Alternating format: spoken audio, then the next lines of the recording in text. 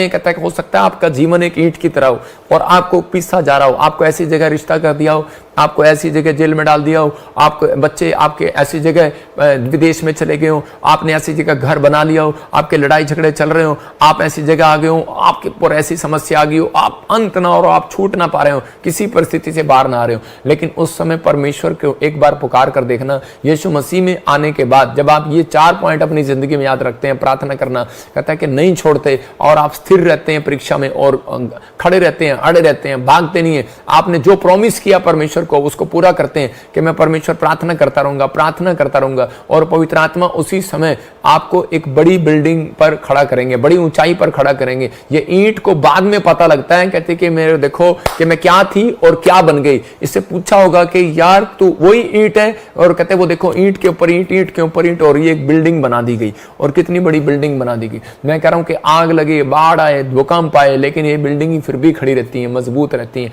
क्यों? क्योंकि इसने खड़े रहना सीख लिया था। याद रखना, परमेश्वर का आत्मा आपसे बात कर रहा है, कहता है जो प्रभु में आने के बाद मसीह विश्वासी, कहता है कि आज कहता है कि प्रभु में आने के बाद हिम्मत नहीं हारते, परीक्षा में भी दुख आए, समस्याएं, कर्ज आए, कोई प्रॉब्लम्स आए, लेकिन आप तब खड़े रहेंगे जब आप कहेंगे कि परमेश्वर ये दुख मेरे लिए नहीं है, ये परीक्षा मेरे लिए नहीं है, ये समस्याएं मेरे लिए नहीं है, क्योंकि मेरा परमेश्वर मेरे साथ है। तो उसी समय परमेश्वर आपको खड़ा करेगा और आपको दुनिया के सामने वो इमारत बनाकर खड़ा करेगा जो नंबर 1 होगी पूरी दुनिया में। यीशु मसीह के नाम में आपको ऐसा बनाकर खड़ा करेगा। आपको चिंता नहीं करना। परमेश्वर आज रात आपके बड़े बड़े बिजनेस को खोलना चाहता है, आपकी बड़ी बड़ी प्रॉब्लम्स को हल करना चाहता है। आप फेलियर हैं, लेकिन आप ना कहें मैं फेलियर हूं, आप कहें मैं फेलियर नहीं हूं, एक बार और जाल डालूंगा, एक बार और प्रार्थना करके देखूंगा, मैं एक बार और चर्च आऊंगा, मैं एक बार और फिर से फास्ट करूंगा और मैं जीत कराऊंगा यीशु मसीह के नाम में। जब आप कह रहे हैं तो आप जीतेंगे यीशु मसीह के नाम में। मैं कह रहा हूं, एक बार एक यूपी से एक बहन मेरे पास आई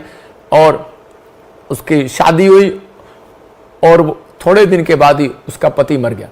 और जब उसका पति मर गया तो उसके परिवार के लोग हैरान हो गए और उसके परिवार के लोग उसको बोलने लगे तू दूसरा ब्याह कर ले और चली जा।